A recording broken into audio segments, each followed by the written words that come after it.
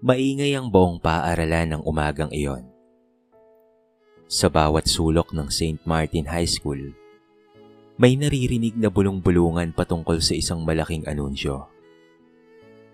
Maging ang mga guro ay nag-aabang ng magiging pahayag ng kanilang principal, si Mrs. Ramirez, na kilala sa pagiging istrikta, ngunit makatarungan.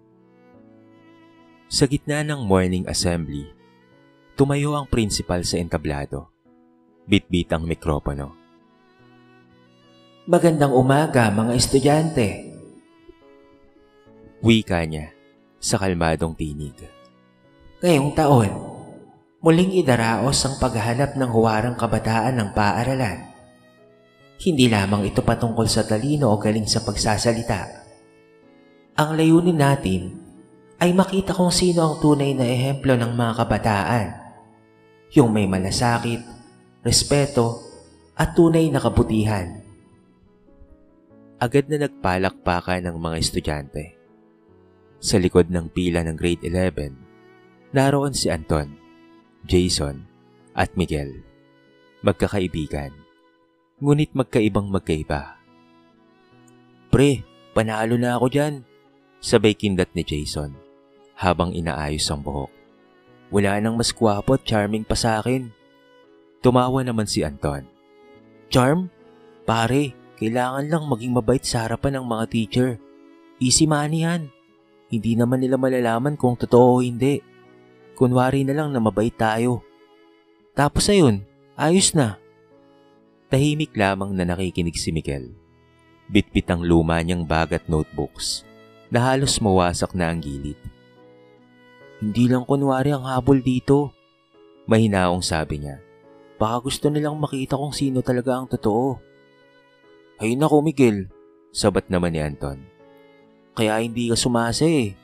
Masyado kang seryoso. Minsan kailangan mo ring magpanggap para manalo. Natawa si Jason at tinapik si Anton sa balikat. Tama yan tol. Dapat may diskarte. Kung sino ang magaling umarte, siya ang huwaran. Habang nag-uusap ang tatlo, pinagmamasdan sila ng kanilang advisor, si Mr. Villanueva. Alam niyang si Miguel lamang sa tatlo ang may tunay na malasakit sa pag-aaral. Sa klase, siya ang laging handang tumulong kahit sa mga nanlilibak sa kanya. Pagkatapos ng assembly, dumiretso sila sa kantin. Doon muling nag-usap ang tatlo. Lalaban talaga ako, ani Jason habang nagbibilang ng pera. Bibili ako ng bagong polo at sapatos. Kailangang mukhang huwaran. Tama. At ako, gagawa ako ng speech na siguradong tatagos sa puso nila. Ang kabataan ay pag-asa ng bayan. Mga ganun, madaling pumatok sa mga teacher yun. Dagdag naman ni Anton sabay tawa. Tahimik lamang si Miguel habang kumakain siya ng tinapay. Sa isip niya, hindi niya alam kung may laban siya sa dalawang ito. May mga pera ang mga ito. Maporma, at malaki ang tiwala sa sarili. Ngunit kahit papaano, gusto niyang subukan, hindi dahil sa parangal, kung hindi para mapatunayan sa sarili na kahit mahirap ay pwedeng maging mabuting ehemplo. Kinagabihan, habang nag-aaral sa ilalim ng mahinang ilaw ng kanilang bahay, tinanong siya ng kanyang inang labandera. Anak, sigurado ka bang sasali ka? Baka naman pagtawanan ka lang. Ngumiti si Miguel. Ayos lang po yun, inay. Ang importante po ay sinubukan ko. Hindi naman kailangang manalo para maging mabuti. Ang hindi niya alam, sa likod ng mga ngiti ng principal kinabukasan, may isang lihim na planong magpapabago sa kanilang lahat. Isang social experiment na maglalantad ng tunay na ugali ng bawat kalahok. Pagkatapos ng anunsyo, naging usap-usapan nga sa buong paaralan ng contest. Sa bawat classroom, may nagsasanay na magsalita, may nagpapaganda ng sarili, at may nagpa-practice ng ngiti sa salamin. Ang ilan ay seryoso, ngunit marami ang halatang naghahabol lamang ng kasikatan. Sa silid ng grade 11, ay nakaupo si Anton sa harap, Kunwari ay nagbabasa ng notes habang si Jason ay abala sa cellphone. At ito ay nagsiselfie. "Pre, tignan mo to," sabi ni Jason, habang ipinapakita ang litrato niyang nakangiti. "Perfect para sa poster ng Huwarang Kabataan. Tama ako, di ba?" "Siyempre," sagot naman ni Anton, habang umunguya ng bubblegum. "Pero pag ako ang nag-speech, tatamaan talaga ang mga judges. Hindi lang ako matalino, pogi pa. Wala na, panalo na tayo." Sa kabilang upuan, tahimik lamang si Miguel. Nagkakabit ng mga punit na papel sa notebook gamit ang tape. Lumapit si Jason at tinignan ito. "Bro, yan ang gagamitin mong notebook? Ang luma na niya na. Parang hindi bagay sa contestant ng Huwarang Kabataan." Ngumiti lamang si Miguel. "Basta't magagamit pa, okay na to," sagot ni Miguel. Parang nadismaya naman si Anton. "Kung gusto mong manalo, ayusin mo naman ang itsura mo, tol. Kailangang presentable ka. Dapat hindi ka mukhang ewan." Medyo may diing saad ni Anton. "Hindi naman siguro sa itsura sinusukat ang kabutihan," mahinaong sagot naman ni Miguel. Nagkatinginan sina Jason at Anton. Sabay silang nagtawanan. "Naku pre, kung ganyan ang paniniwala mo, di talo ka na kaagad," sabi ni Jason na may halong pang-aasar. Pagkatapos ng klase, nag-anunsyo si Mr. Villanueva. Lahat ng kalahok sa contest ay maghahanda ng isang talumpati patungkol sa pagiging mabuting ehemplo ng kabataan. "Bibigyan kayo ng 2 araw. Bukas, may evaluation sa bawat speech." Kinagabihan, si Miguel ay nagmuni-muni sa harapan ng kanyang maliit na lamesa, habang naririnig ang kaluskos ng kanyang inang naglalaba. Nagsimula siyang magsulat. "Ang tunay na huwaran ay hindi kailangang perpekto, hindi kailangang matalino o mayaman. Ang kailangan lang ay puso. Puso para tumulong, makinig at umunawa." Samantala, sina Anton at Jason naman ay nagkita sa bahay ni Anton. Sa halip na maghanda ng talumpati, nagbukas sila ng soda at chips. "Gumawa na ako ng speech," sabi ni Anton sabay kuha ng papel. "Ang kabataan ay dapat magtagumpay sa buhay tulad ko, na may pangarap at determinasyon." "Ganda pre, pero dagdagan mo pa ng drama. Alam mo yung tipong maiiyak si principal?" Kinabukasan, sa practice sa gymnasium, isa-isang nag-present ang mga kalahok. Ang ilan ay magaling magsalita. Ang iba naman ay puro kabisado lang. Nang si Miguel na ang tumayo, talaga namang kabado siya. Nanginginig pa ang kanyang mga kamay. Pero nang magsimula na siyang magsalita, natahimik ang buong gym. "Hindi po ako perpektong estudyante, pero naniniwala ako na kahit simpleng kabaitan ay may malaking ambag sa mundo." Pagkatapos ng talumpati, maririnig ang maiinang palakpakan. Hindi malakas pero totoo.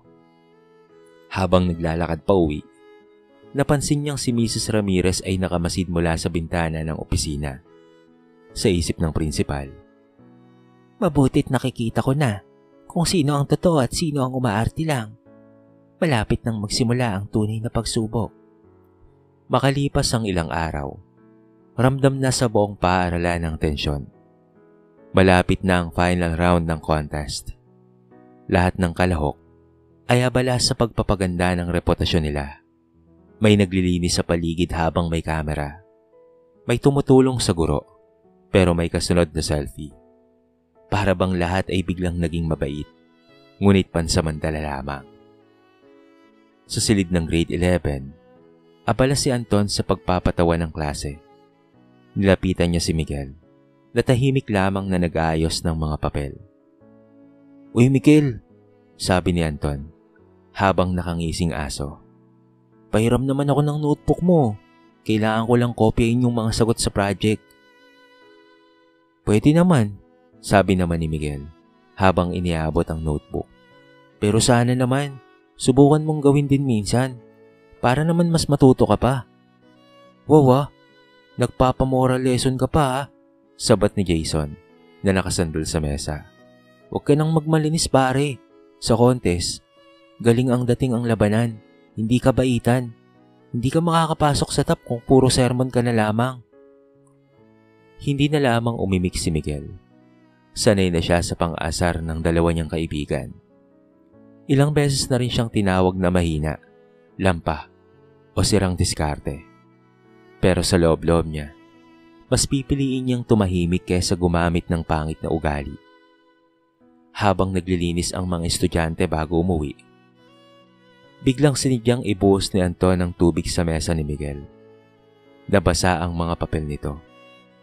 Ay sorry, di ko sinasadya. Biro ni Anton na may halatang ngisi. Tumawa si Jason. Baka malusaw yung proyekto mo pre ha. Pinulot ni Miguel ang mga papel. Pinunasan at walang imik na nagpatuloy. Nakaramdam siya ng hiya at lungkot. Pero pinilit niyang kumalma. Ayos lang, sabi niya ng marahan. Mas importante pa rin na matapos ko to. Sa isang sulok, lihim na nanonood si Mr. Villanueva. Hindi niya inawat ang mga estudyante.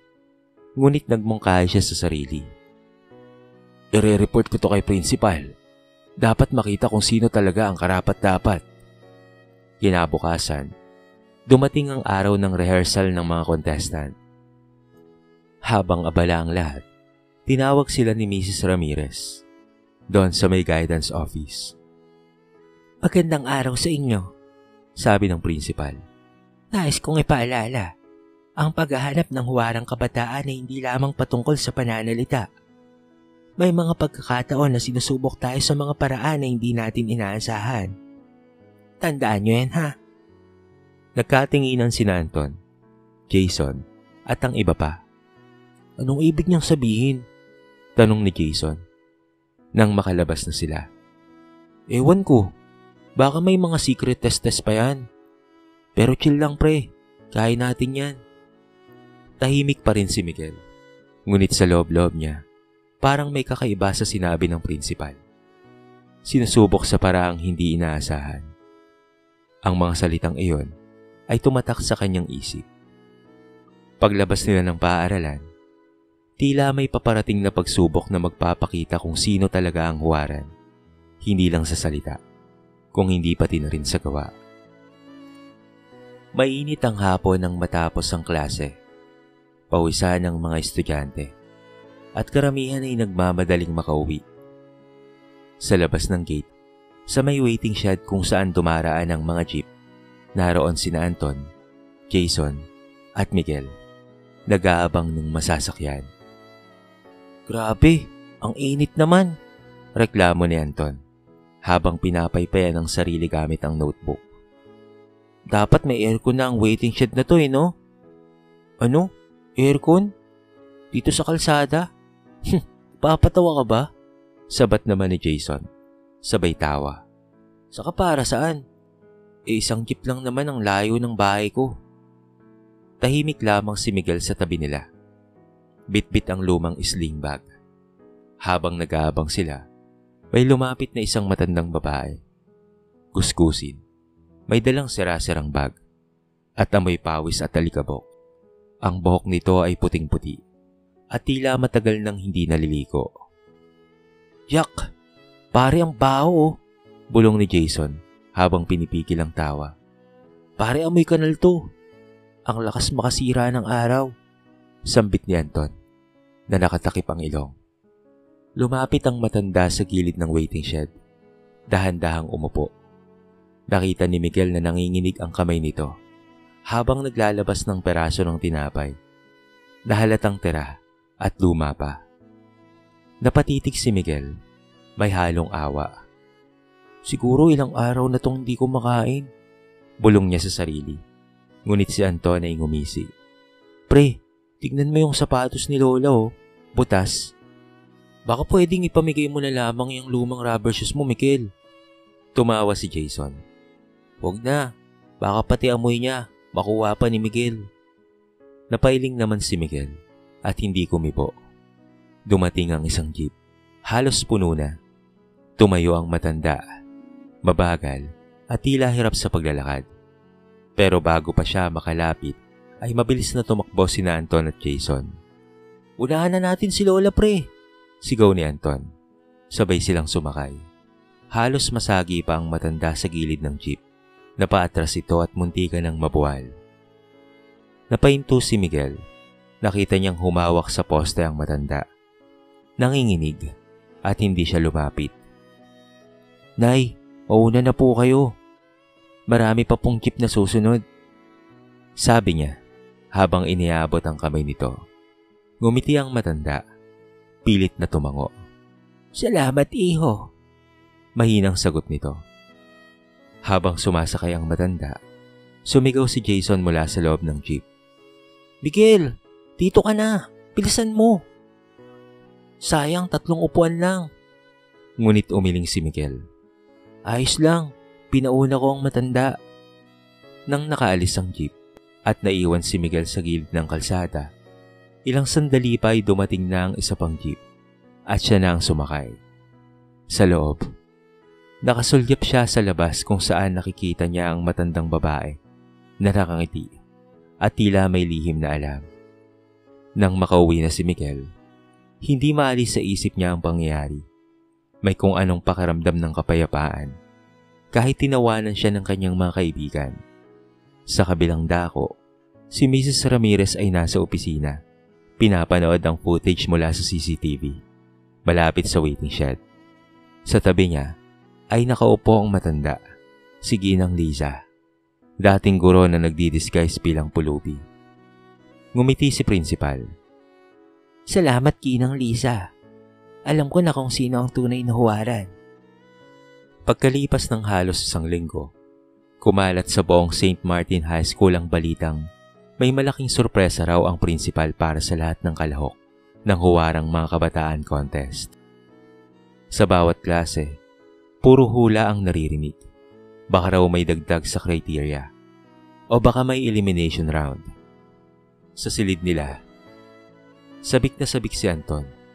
Pre, pakiramdam ko tayo na to. Aniya, habang abala sa pagsisipilyo ng sapatos. Tumayo si Jason, sabay tingin sa salamin. Oo nga, pre.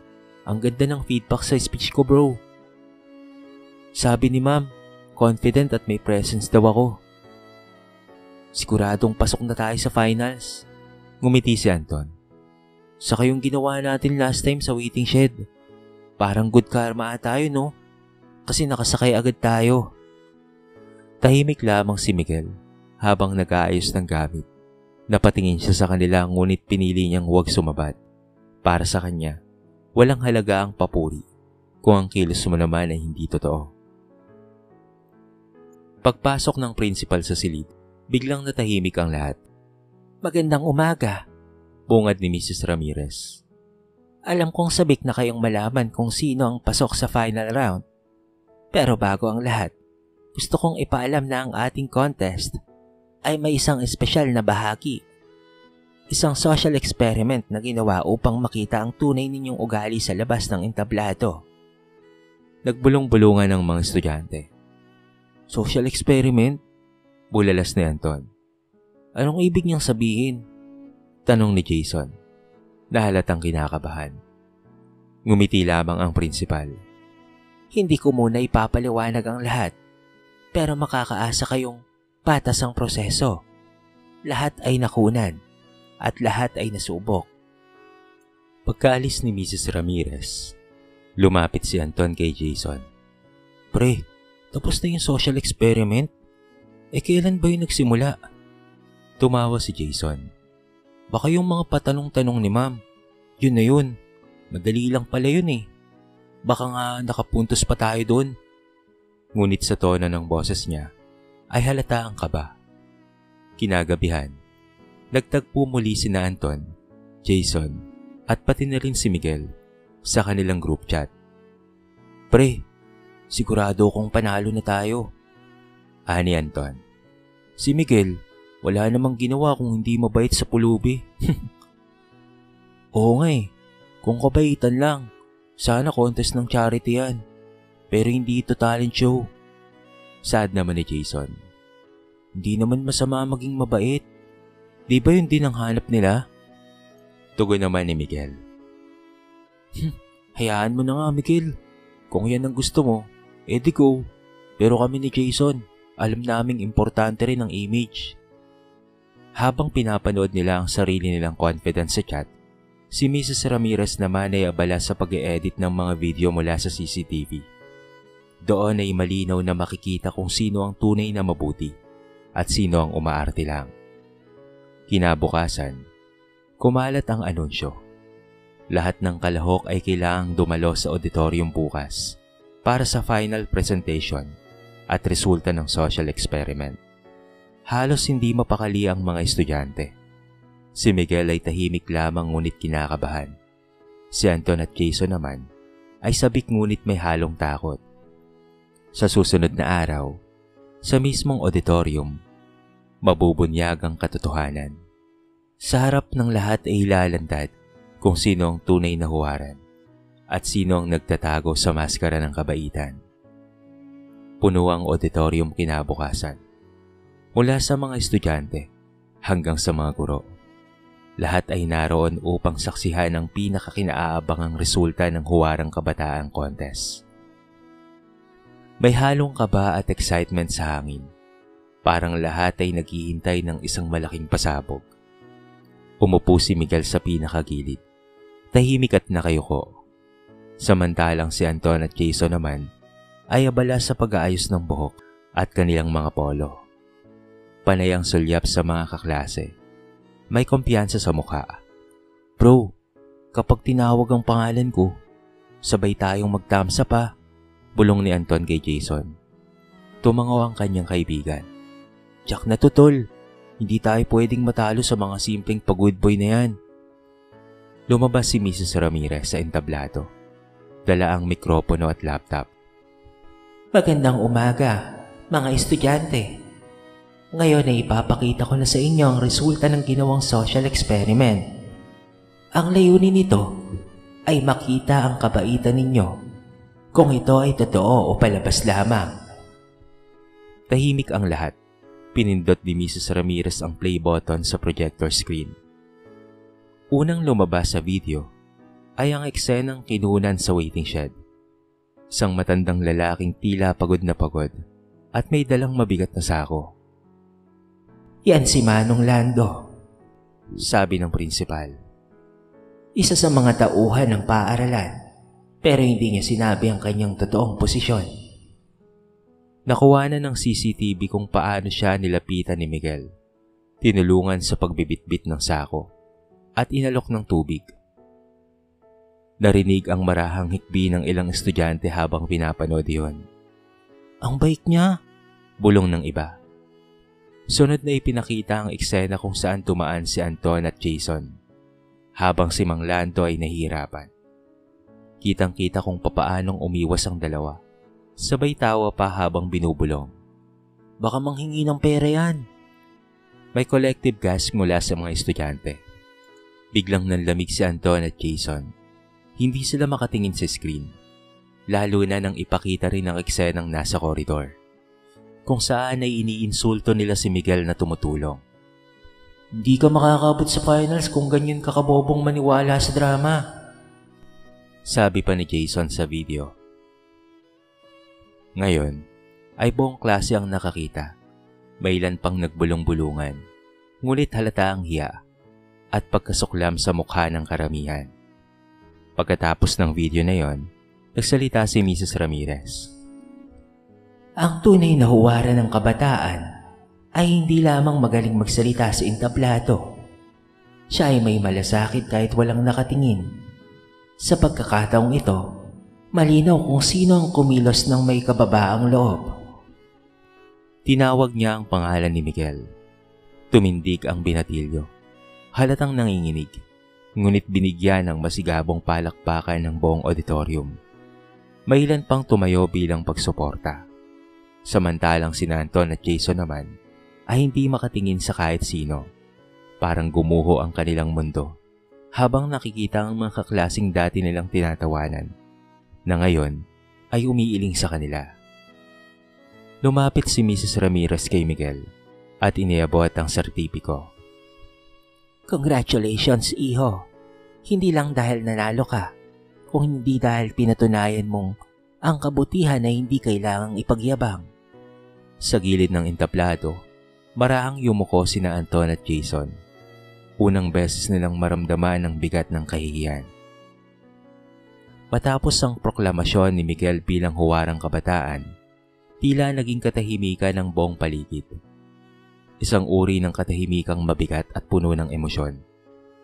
Habang tinatanggap ni Miguel ang sertipiko, hindi niya maiwasang mapatingin kina Anton at Jason na pareho lamang na nakayuko. Iwas sa mga matang tila tumatago sa kanila.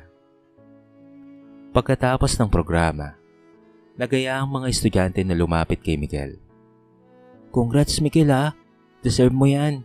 Sabi ng isa sa mga kaklase nila'y dati nananahimik lang kapag binubuli si Miguel. Grabe bro, ikaw pala yung tinutulungan si Mang Lando. Ang bait mo talaga. Ngumiti lang si Miguel, hindi mayabang. Hindi rin nagmamalaki. Salamat ha, pero sana wag natin sanayin na tumulong lamang kapag may kapalit. Lahat tayo ay pwedeng maging mabuti kahit walang nanonood. Habang pinapalakpakan siya, nasa isang sulok lamang si Anton at Jason. Tahimik, parehong hindi makatingin sa kahit na sino.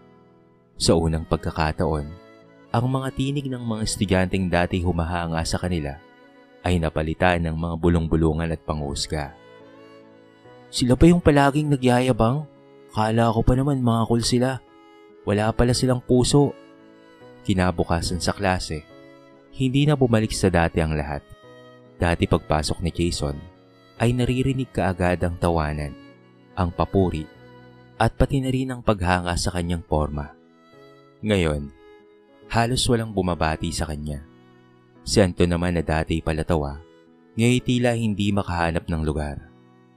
Sa kantina ay umupo sila sa dati nilang mesa, pero walang lumapit. Tahimik lamang silang kumain, habang ang ibang mga estudyante ay nakatingin lamang sa kanila. Minsan ay may mga lihim na kuha sa cellphone. Ipinapasa sa group chat ng klase. Yan yung mga bully sa video, diba? Akala nila hindi sila mahuhuli. Pare, mahinang sabi naman ni Anton habang pinipisil ang tinidor. Grabe to, wala tayong mukha sa campus. Napabuntong hininga si Jason. Ginawa naman kasi natin yung akala nating tama. Kahit laro lang yun, grabe pa rin pala ang balik. Pag uwi nila, nakapagdesisyon silang dumaan sa waiting shed kung saan unang nangyari ang lahat. At doon nila muling nakita si Mang Lando. Ngayon ay naka-uniforme bilang maintenance personnel ng paaralan. Lumapit si Jason. Halatang naiiyak. Mang Lando, pasensya na po sa ginawa namin noon ha. Hindi namin alam. Ngumiti lang ang matanda. May kababaang loob. Anak, hindi nyo kailangang magpaliwanag sa akin. Ang mahalaga ay natutunan nyo na kung gaano kabigat ang salita at kilos laban sa kapwa. Napaiyak si Anton. Opo, ang totoo po, nahiya po kami. Wala po kaming balak na saktan kayo. Tinapik sila ni Mang Lando sa balikat. Mas mabuti yan. Tandaan ninyo. Mas madaling magmukhang mabuti kaysa maging mabuti. Pero, habang may panahon, pwede pa kayong magbago. Habang papalayo sila, napatingin si Miguel mula sa kabilang kalsada. Tumango siya sa kanila. Isang simpleng senyas ng kapatawaran. Sa unang pagkakataon, nginitian siya ni Jason at nginitian na rin siya ni Anton. Sa gabing iyon, parehong hindi nakatulog ang dalawa. Hindi dahil sa hiyalang, kung hindi dahil sa muling pagtanaw sa sarili nilang mga nagawa. At doon nila unang naranasan ng tahimik na pagsisisi. Ang ganap na pagbagsak ng mga dating mapagmataas at ang unti-unting pagbangon ng bagong pagkatao. Lumipas ang ilang buwan matapos ang kontrobersyal na Huwarang Kabataan Contest. Muling bumalik sa normal ang takbo ng paaralan. Ngunit ang mga alaala ng social experiment ay nanatili sa isipan ng lahat. Hindi lamang ito naging usap-usapan. Naging aral ito na humubog sa pagkatao ng maraming estudyante. Si Miguel, na ngayon kinikilala bilang huwarang estudyante, ay nanatiling simple. Hindi siya nagbago kahit pa siya ngayon ang madalas na lapitan ng mga guro. para magsilbing inspirasyon sa iba. Minsan ay iniimbitahan siya sa mga klase ng mas mababang baitang para magsalita patungkol sa kabaitan at sa kababaang loob. Ngunit sa tuwing tinatanong siya kung papaano siyang naging ganon, iisa lamang ang sagot niya. Ginagawa ko lamang po kung ano po ang tama. Hindi ko po kailangang maging perpekto. Gusto ko lang pong maging tao. Ang mga salitang iyon ay tila naging gabay ng iba pa. Marami sa mga estudyante ang nagsimulang tumulong sa mga janitor, nag-aabot ng pagkain sa mga bantay, at nagiging magalang sa mga matanda. Hindi dahil sa gusto nilang mapansin, kung hindi dahil sa natutunan nilang maging totoo. Samantala, sina Anton at Jason naman ay dumaan sa mahabang proseso ng pagbangon. Sa una, mahirap para sa kanila ang harapin ng mga taong minsang tinatawanan at minamalit nila. Ngunit sa tulong ni Miguel at ni Mang Lando, natutunan nilang bumawi. Si Anton ay naging aktibong miyembro ng Student Outreach Program. Madalas siyang sumasama sa mga feeding program sa mga maralitang lugar. Kapag nakikita siya ng mga dating kaklase, may ilan pa ring nagbubulong-bulungan. Pero ngayon ay ngumingiti na lamang siya. Dati kasi akala ko, Stig, kapag tinatawanan mo yung mahina, minsan niyang sabi sa grupo ng mga estudyante. Pero mas astig pa pala, yung tumutulong ng walang kapalit. Si Jason naman ay naging mas tahimik at mas naging responsable. Binawasan niya ang pakikipagbarkada at nagsimulang mag-aral ng negosyo. Hindi niya man mabawi ang lahat ng respeto, pero pinili pa rin niyang magsimula muli. Minsan, habang nasa kantin, nilapitan niya si Miguel. Salamat bro ah, kung hindi dahil sa'yo, baka hanggang ngayon ay nagmamagaling pa rin ako. Ngumiti si Miguel. Hindi mo kailangang magpasalamat sa akin bro. Ginawa mo lang yung tama. Ang mahalaga ay natutunan mo. Ngumiti si Jason. Tumango at sa unang pagkakataon ay nakaramdam siya ng gaan sa kanyang dibdib. Tanda ng tunay na pagbabago. Isang araw habang naglalakad si Miguel sa tapat ng waiting shed kung saan nagsimula ang lahat, nakita niyang may batang nahulog ang dalang bag. Agad niya itong pinulot at pagkatapos ay binalik, sabay ngiti. Napatingin siya sa paligid at parang sumagi sa isip niya ang mga nangyari noon. Ang matandang pulubi, ang jeep, at ang tawa ng mga bully, at ang katahimikan ng konsensya. Ngayon iba na ang pakiramdam. Hindi na siya ang tahimik na tinitiis ang pang-asar. Siya na ngayon ang paalala na kahit sa mundong puno ng pagpapanggap, laging mananatili ang maliwanag na liwanag ng kabutihan. Sa huli, ang titulong Huwarang Kabataan ay hindi lamang pangalan o tropeyo. Ito ay pagiging totoo sa sarili at pagpipili na maging mabuti kahit walang nakakakita. Sa kwentong ito ay marami tayong mapupulot na aral.